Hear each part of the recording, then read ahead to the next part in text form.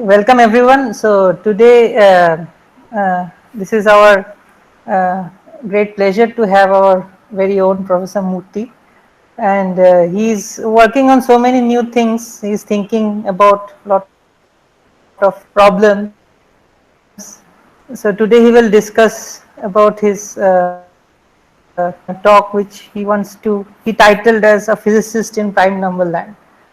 So it's always a great pleasure to have you and learn from you. So I'm sure all our younger colleagues will enjoy this talk, and also all our colleagues here. So please, Murthy, please over to you. Thank you very much. Thank you very much for asking me to speak in the Institute seminar day. Actually, this talk was supposed to be given some 2 years ago when the Institute seminar week was postponed. So since then, some more work has been done. So I will summarize the work that we have been doing in the last 4 years. This is in collaboration with Johannes Bartel, Rajat Badri, and Matthias Brack. And sorry, what happened? No, it's fine. Please go ahead. You see the presentation? I can't see. Yeah, we can see the presentation. I'm not able to see. Don't you have the PDF in front of you?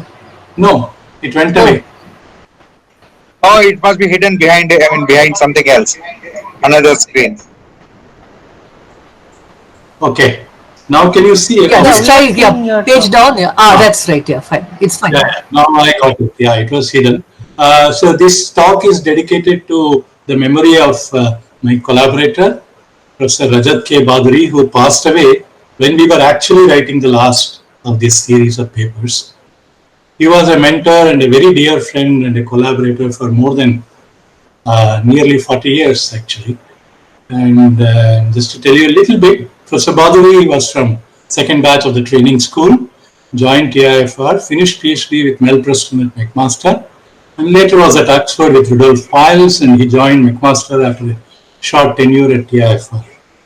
He loved visiting IMSC, which he did almost every year during the last 3 decades or more. So this talk is dedicated to his memory.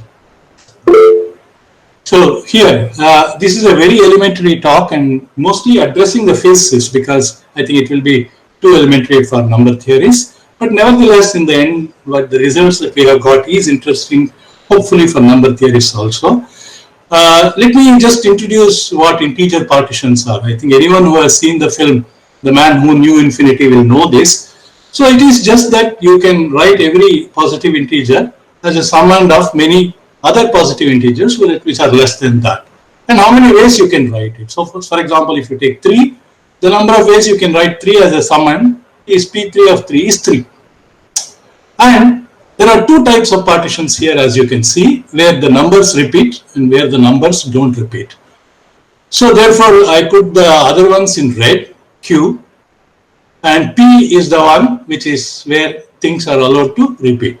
Actually, the green ones I call as bosonic, and the red ones I call as fermionic. Soon you will see what it means. So you can write all these numbers, and soon, as you can see, the number of ways you can partition an integer becomes large and large, and it grows exponentially. And asymptotic formulae were first derived by Hardy and Ramanujan in 2018, just about 100 years before we wrote our paper. In fact, we mentioned that in our paper. 1918, Murthy. 1918, sorry. So on the 100th anniversary, we were writing papers again, remembering Ramanujan and Hardy. And exponentially, the exponential growth in the leading order is given by this. P of n grows as exponential of pi root 2n by 3 for an integer n. That's the number of ways you can partition n. This is the leading term. And now you also know this exactly. So there's no surprise in these things. This has been done almost to death, and these very well known results, beginning with asymptotic results of Hardy and Ramanujan. You can also write this in terms of the generating functions for partitions. So for example, Gp of x is 1 over product 1 over 1 minus x to the power n, which you can expand, and you will see that every coefficient is a P of n. And similarly, for the these are called, red ones are called distinct, which I call as fermionic. You can write the generating function and you can see that each coefficient is again a partition of n in distinct ways, not repeating the integers. So now, if you let me switch to physics, think of harmonic oscillator where I have adjusted the ground state energy to 0. Now you think of excitation energies. Suppose I give 5 units of excitation energy. In how many ways I can generate configurations with energy equals 5? Okay. So there are 5 particles which I am distributing in the energy levels. So you can take one particle and put it in the energy level 5th. And similarly, you can take one in first energy level and the next one in 4. So you can keep on exciting them from the 0th or the ground state or vacuum, whatever you want to call. So you can see the number of ways you can excite 5 particles in a harmonic oscillator is this P5 equals 7. Okay, the number of ways you can write 5 in terms of these excitations. So 5 units of energy can be distributed in this many ways, and you can see that the bosonic partition function in the asymptotic limit as n goes to infinity. This is very well known from statistical mechanics, and z of beta is n equals 1 to infinity, the product 1 over 1 minus e to the power beta n. Beta is the inverse temperature, and if you substitute e to the power minus beta as x, which is always less than 1 for convergence purposes, then you will see that this becomes x to the power n, which is precisely the g of x that we wrote here. So the interesting thing about this is that the generating function of the bosonic system, where every particle takes integer energy, was already written in 1918, while the quantum statistics was actually discovered in 1925. So even 7 years before Bose ventured into quantum statistics, Ramanujan had written down the partition function of the bosonic system, but that was the generating function of partitions for Ramanujan, and it's the bosonic partition function for physicists. Bosonic partition function where every molecule of the gas takes integer valued energy. So this is the whole thing, and now you can think of many different ways of partitions. Why should it be why all integers? Why not only prime numbers? So you can think of prime partitions, partitioning of a positive integer into its prime parts. For example, you can write 8 as 2 plus 2 plus 2 plus 2, 3, 2 plus 3 plus 3 and 3 plus 5. As you can see, there is one distinct. I should have made this in red because this is a distinct partition. And similarly, if you take 10, there are 2 distinct partitions. And number of distinct partitions are a subset of all possible partitions. So, for example, P of 8, which is where you allow all possible partitions, if P of 8 is 3, P of 10 is 5, which is just simply all these possibilities. And you call this as the bosonic because you allow these integers to repeat. And similarly, the distinct, which I call as the fermionic, are these Q8 and Q10, 1 and 2, which is a subset of P's. Now, for very large integers, leading asymptotic result is given by this. This has been known since 1954 through the work of Roth and Zekers. As far as Q is concerned, only this result was known. Not even the prefactors were known. As far as P asymptotic, that means the bosonic prime partition asymptotic is known, is concerned, it was calculated by us and also by a number theorist called Robert Vaughan. I'll come to the bosonic ones first. So you can think in terms of, earlier we had harmonic oscillator energies where the ground state was adjusted to 0. Now you can think of a prime gas where the single particle energy levels are all prime numbers. We don't know the Hamiltonian, but as far as statistical mechanics is concerned, you just need to know the single particle energies, and from which you can write the grand canonical partition function straight away. So for example, if you take 10. Okay, the ones that I discussed in the previous one, you can write it as 2 plus 2 plus 2 plus 2, which is equal to putting all the particles in the energy level 2. So similarly, you can partition them as 2 plus 2 and 3 plus 3 and 5 plus 5, 2 particles in this. So here we are not worried about the numbers. The maximum obviously will be 5, but you can think in terms of any number of particles less than whatever that integer is and distribute them as you like among these prime numbers, and that will give you number of possibilities. So the number of fermionic or distinct possibilities are 2, 3 plus 5, 3 and 7, that is Q10 is 2 and P10 is 5, which is bosonic. So this is the bosonic prime partition and this is the fermionic prime partition. And of course, as far as partitions are concerned, you can think of these as energies in arbitrary units. Now quantum statistical mechanics. Now consider a large number of particles, bosons or fermions, whose single particle spectrum is given by the primes P. This is the prime gas, as it were. And the total energy, of course, E is Np times P, where P is the prime number, and sum over Np is the total number of particles, which will take to infinity. And Np is 0, 1 or 2, whatever. There is no restriction on the occupation for bosons, and it's 0 and 1 for fermions. So this is just simply the degeneracy factor. So the number of possible energy partitions of E is then Pn of E. That means the energy distributed in capital N number of particles in the bosonic case, and Qn of E is the fermionic case. So thus the problem of partition of energy in quantum statistical mechanics is the same as the problem of partition of integers in number theory.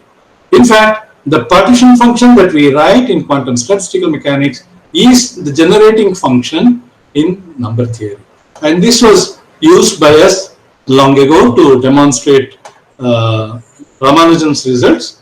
But this was also done way before in 1954 by Professor Aulak, Nanda and others in Delhi University.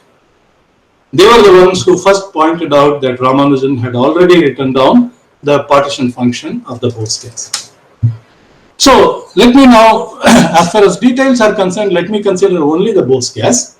Fermionic case can be treated similarly. The properties of the bosonic prime gas is encoded in the partition function. This is simply the grand canonical partition function, where beta is simply a parameter.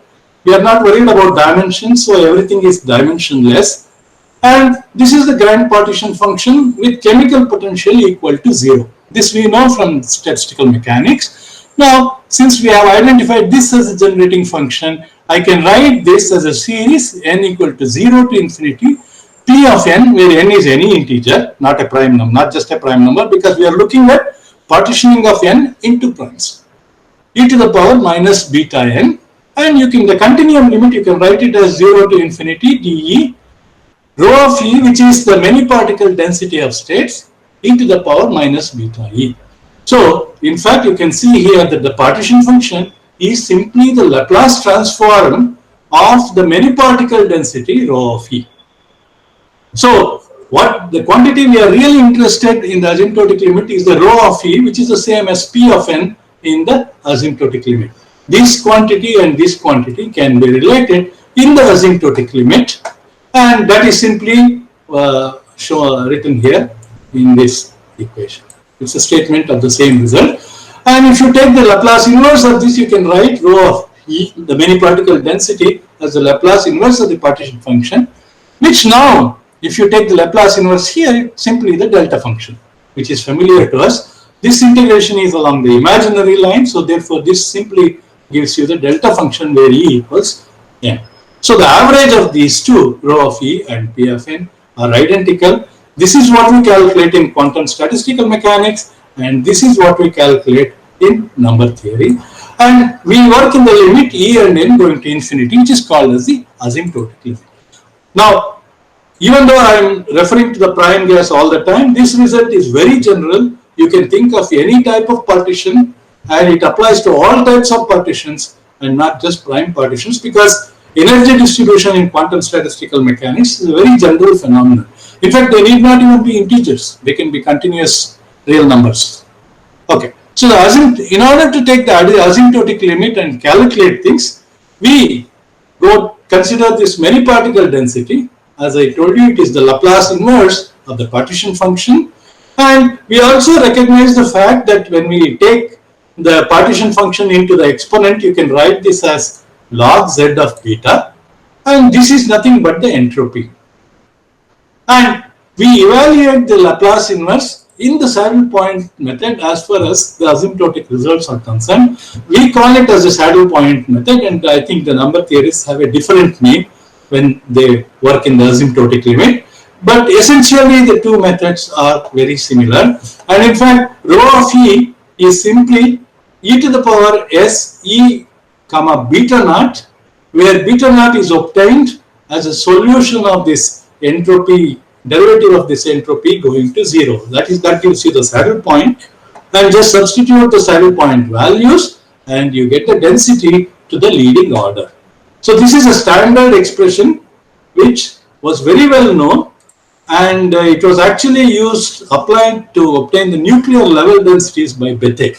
And in fact, this is known as the Bethe formula in nuclear physics. So as you can see, there are a lot of common things between number theory and statistical mechanics, and has been used over time for nearly 100 years. So now comes the calculational part. I will not go into too many of these details, but let me tell you the steps. So first thing is, we have to calculate this log z of beta, which is needed to calculate this entropy. So here, and in the limit of beta going to 0, this in statistical mechanics we call it as the high temperature limit, and in number theory it is the same as the asymptotic limit. So here you can write the partition function in this way, which can actually be integrated, and you can write it as log of z beta is some constant b1 by beta log beta plus a constant b2 by beta log beta square, and in fact I can evaluate all the terms analytically and write them as a series in 1 over log beta, powers of 1 over log beta. But let me restrict to only the leading terms. Now what is b1? It's just pi squared by 6, which is familiar to everyone. And this b2 is some Euler constant times this pi squared by 6. And this series, which looks forbidding, but actually I was told that this is in fact a constant. It's called as the Glaisher constant, and it has a fixed value, and that we have used in order to calculate this B2. So therefore everything is known to the leading order in log z beta. Now you put that in the entropy, and then you can calculate the saddle point solution. Until now it's straightforward, and saddle point equation, which is the derivative of the entropy, gives you this, whose solution beta naught is what we are after. As you can see, this is a highly nonlinear equation. We can solve this recursively order by order, and this is what we physicists do most of the time. And this is the most involved part of the calculation, and I will not go into the details of this, but it is straightforward even though it is involved. What you do is you start with the leading term which is obtained, and then you can calculate using the leading term, go to the next order, go to the next order. We can keep doing this actually to many orders. But to get the asymptotic result, which was already known, we just restrict to this leading order, and this beta naught in the solution is pi square root of 1 over e log e, and you have this correction terms. The first one is 1 over log e, and the second term is also 1 over log e, but the first term has a double log, dilog, and after this third term, all other terms will be in powers of 1 over log e. Sorry, it's not highlighting it properly. So all powers of 1 over log e. Unlike in integer partitions of Ramanujan, where this will be in powers of e and therefore it converges very fast, here it converges slowly to the desired asymptotic value. So what you do is now you substitute it in the Bethe formula or Ramanujan's formula, and you get the desired multi-particle density rho of e, which is what we are after in quantum statistical mechanics. But this is the number of partitions into primes in the asymptotic limit, because we have taken beta going to 0 limit, that's the high temperature limit, and therefore we get this rho of E, and that is this result. So this is the asymptotic partition, 1 over 2, 3 log n to the power 1 by 4. These prefactors were also not known earlier from 1954. They were first calculated a few years ago by Robert Vaughan. We didn't know about that result at that time. And then we also get these corrections in the exponent, this log term over log n, and then 1 over log n. We substitute E by n because in the average, this is the same as the multiparticle density of states. So this is the result. This is the asymptotic prime partition of an integer n, which is very large in the n going to infinity limit. Now, the problem was caused to us by the second term in this coefficient, which is minus half, and this was noticed immediately since in the earlier work, theorem 1 of Robert Vaughan, it was actually plus 1, and we got it through our perturbative method, minus half, and our result was shown to be correct. It was resolved with the help of some number theories, whom I thank in the end, and that made a lot of difference in the asymptotics. Actually, asymptotics will give you wrong result if you have plus 1, and this minus half is shown to be the correct result.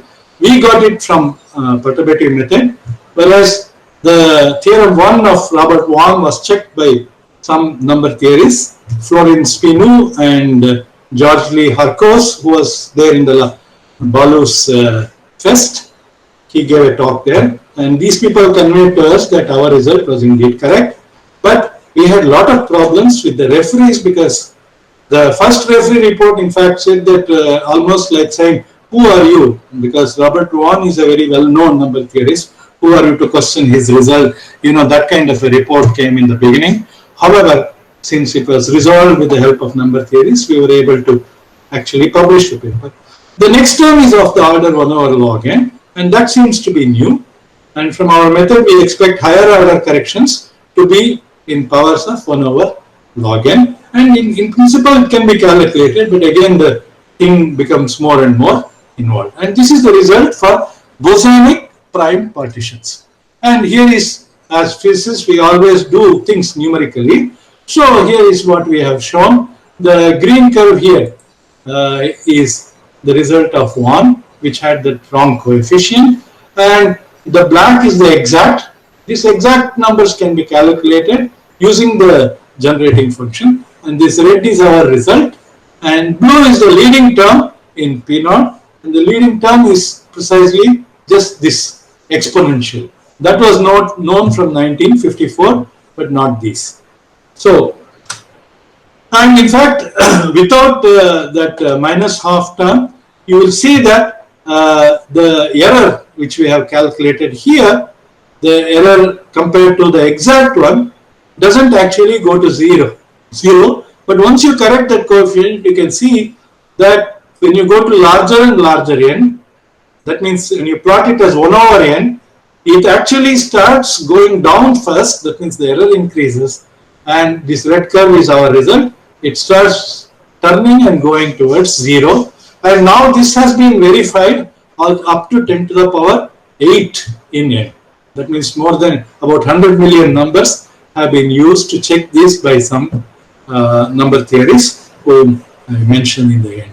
So the error approaches 0 asymptotically, so that the asymptotic term, which is just the exponent with its prefactor, becomes exact in that limit. Now, in the case of fermionic partition, it's the same method. All you do is the partition function is not 1 over 1 minus e to the power minus beta p, but simply 1 plus e to the power minus beta p. In fact, this converges faster, and the results are better in this case. And you follow exactly the same method to calculate these many particle densities using the Laplace inverse method and saddle point method. Then you will get the asymptotic result, which is given by this. And the interesting thing is the correction term, the first correction term, which is here, log n by log n, is identical to the bosonic case, whereas in the exponent there is a root 2 sitting here. Instead of 3, it becomes 6. then these factors are different, and these factors are given as pi squared by 12, and F2 is C pi squared by 12. Again, this infinite series is another constant which is well known to the number theorists, and we were told about this later. So, for distinct fermionic partition, the result apart from the leading exponential appears to be new as far as we know. Unlike in the bosonic case, in the fermionic case, I think there has been no result since 1954 until now, and this is something which we have written up, and the asymptote approaches is approached faster than in the bosonic case. So now, in fact, these results, including the corrections, have become part of the online encyclopedia of integer sequences. Actually, you can see that here it says a more refined asymptotic formula is found by Wang in Ramanujan Journal and corrected by Bartel et al. And the corrected expression is given here with reference Bartel, Badri, Brack and Murthy 2017 for a more complete asymptotic expansion. And for distinct partitions, this is for the bosonic, for the distinct partitions, after this reference Roth and Zekers, it appears that the next result is by us. There has been no other result in between. Probably it's probably not interesting to number theories, but we found it interesting because of the connections it has with quantum statistical mechanics. So this is the talk I wanted to give. Thank you very much. And in acknowledgement, I must acknowledge Rajesh Ravindran and Shoaib Sood, who helped us in the initial stages more than 15 years ago. And we forgot about it and then came back to the problem. And our result was confirmed analytically by number theorists Florin Spinu and George Harkos. They not only they confirmed it, they wrote to us precisely where the mistake was and then corrected the mistake. And Václav Kotisovek, for many discussions, suggestions, and numerical confirmation of distinct partitions, he took our results and verified them all the way up to about n equals 100 million. That's about the highest he could reach on the computer. So it has been checked up to the highest integer, and here are the references for all the papers in the last 4 years, 2017 to 2020, and the last one on distinct partition is still at a preprint stage, and it is being considered for publication in Ramanujan Journal. We have got favorable referee reports for this. Thank you very much. Thank you very much, Professor Murthy, and for this very illuminating talk. And questions, so please feel free to unmute and ask. Murthy, I have a short question. Yeah. Many of these problems have some deep connection to Riemann zeta function and Riemann's conjecture. Yes. Can you throw some light on your work and how it gets related to that? No, actually it is, the connection is somewhat indirect. I didn't go into the details of that. See, one of the ways is that in number theory, all these are discrete sums. Okay. So when you translate that discrete sum into, okay, let me go back and I don't know where the presentation has gone. Just 1 minute. We can see the presentation. Yeah. Fine. I'll go back to the equation here. So the generating functions as written down in number theory, they are all discrete. So here in statistical mechanics, we always go to the continuum limit. Okay. So if you look at log z of beta, I am taking the high temperature limit, and log 1 minus Ey integrated over y is the continuous integration instead of taking the discrete sum. But what is sitting here is actually the single particle density of states of the prime gas. Now, what is the density of states of the prime gas? That is obtained, in fact, that is the leading term is 1 over log x, and that is obtained from the Riemann conjecture. In fact, that comes from the Riemann conjecture, and in fact that we have an appendix in our paper in detail from about how we obtain this single particle density of states. Now, when physicists write down a discrete sum, we always write it as integration over continuous variable with the delta functions, which then later gives you the discrete sum. And the delta function can be expanded in terms of the smooth term plus the oscillating terms. Here, the smooth term we take is given by Riemann. So that is what we have used here. I didn't go into the details because I didn't have time, but that you will find in our paper, which was published in 2017. That's the appendix of our paper, where we deal with the Riemann conjecture. Thank you. Another short question. Yeah. See, this for example, this prime number gas, since it's an extended object, does it have any tendency for phase transition as a function of some parameter, or there is no? Well, you see, here all our calculations are done with chemical potential equal to 0. Okay, I see. So therefore, it's like a photon gas, right? Okay. Yeah, more like what we are doing is that we take simply the bosonic gas, take the chemical potential equal to 0 in the grand canonical ensemble, and that is simply the generating function of any partition, in fact, not just prime partition. Give me a spectrum, I will generate a partition function for that as a Bose gas with chemical potential equal to 0, and that is identical to the generating function in number theory. I see. So finite chemical potential has no number theoretic analog. That I don't know. I have not looked at that aspect. I have only used the analogy between chemical potential equal to 0 grand canonical partition function and the generating function. We have not probed further.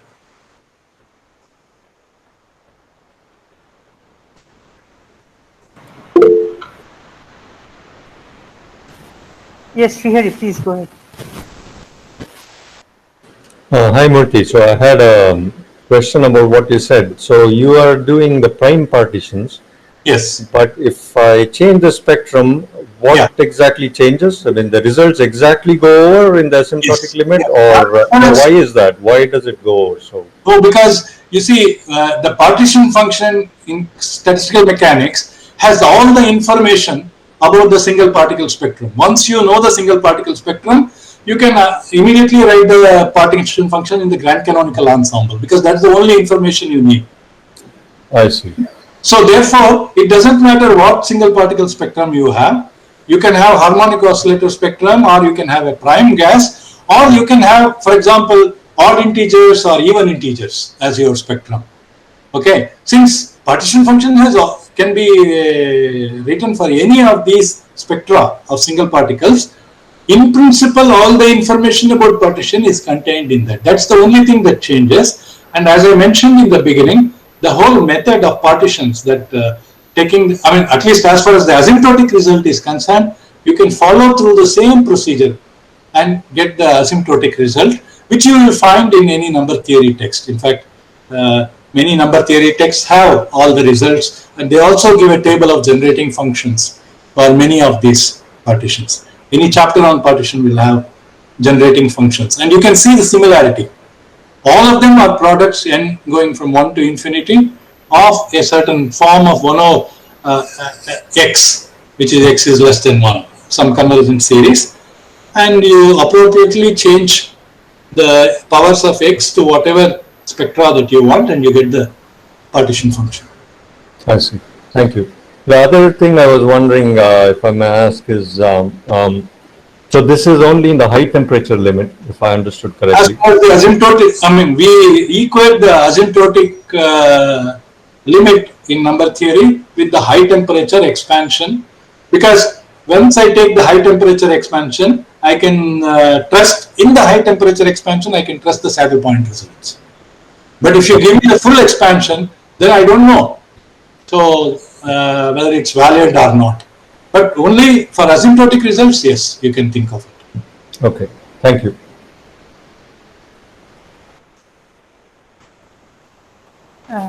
Do we have questions? Please feel free to ask.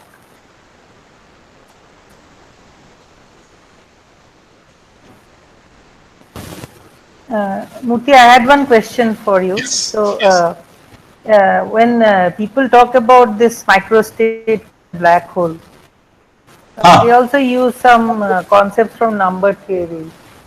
So could you insights on this? Like, is this somewhere connected to these problems? Like, it's a general property to have I haven't looked at information it, about the but number. I have not looked at it. But I know that the density of states concept enters into black hole entropy, and that is how you have the area law and other terms coming. Yeah. The expansion that you get in black hole entropy is precisely what I showed, is very similar to what I showed in the expansion of the entropy for getting the saddle point results. It's you can write, depending on the system, you can write it as volume term, area term, and then you have all the corrections. Okay, so that is simply a property of the density of states. Okay. And one more thing I was fascinated, leading order temperature expansion. This is same for the bosons, and the any deeper meaning of this result, or is it just an accident? Sorry, can you repeat the question? I didn't get the. So there was this first order correction to this series. Went as double logarithm. Oh, that is a similar form for the bosons and fermions. That is the first term is the same for bosons and fermions. That is simply a property of the when solving the nonlinear expansion. The first term appears. I mean, it's purely result of the calculation. I don't know any deeper meaning, but the presence of that term is absolutely required with the correct coefficient, because otherwise, as you saw in the numerics, the asymptote will not go to 0 when you plot it as 1 over n. The turnaround comes precisely because of the sign of that term, sign and coefficient of that term. If you have the wrong sign, then it will go in the wrong direction and it will not reach the asymptote, which means that formula has to be wrong. See, in the end, as n reaches infinity, you should should have only the first term. So, which means that turnaround is essential. Otherwise, the error keeps increasing instead of decreasing. So, in that sense, to keep the error under control, that term is required, and it does it for both fermionic and the bosonic partitions. Okay, but the deeper physical meaning to it. I don't know. I haven't thought about it, but maybe there is. Why it is the same for both systems. You know, there are some interesting results in 2 dimensions. You might know with long ago in 1964, the specific heat for the bosonic and fermionic gas are the same. So maybe like that, there is some implication of this. I haven't looked at it. Because this coefficient needn't to be same, negative. Yes, in fact, it's not the same if you look at other partitions. It's not the same. So it's other meaning if you have fractional statistics or no, not fractional statistics. For example, others like integer partitions, not prime partitions. Okay. There, in fact, you know the exact result. Ramanujan did the asymptotic part, and later on, the exact result was shown, was calculated. I mean, the name is on my lips, but it's not coming out. In fact, you can think of exact result as if you know the complete density of states. When you go from discrete to continuum limit, if you know the complete density of states, then you can term by term calculate all the terms, and that will be your exact result. It's like in perturbation theory going and summing to all orders. It's precisely that.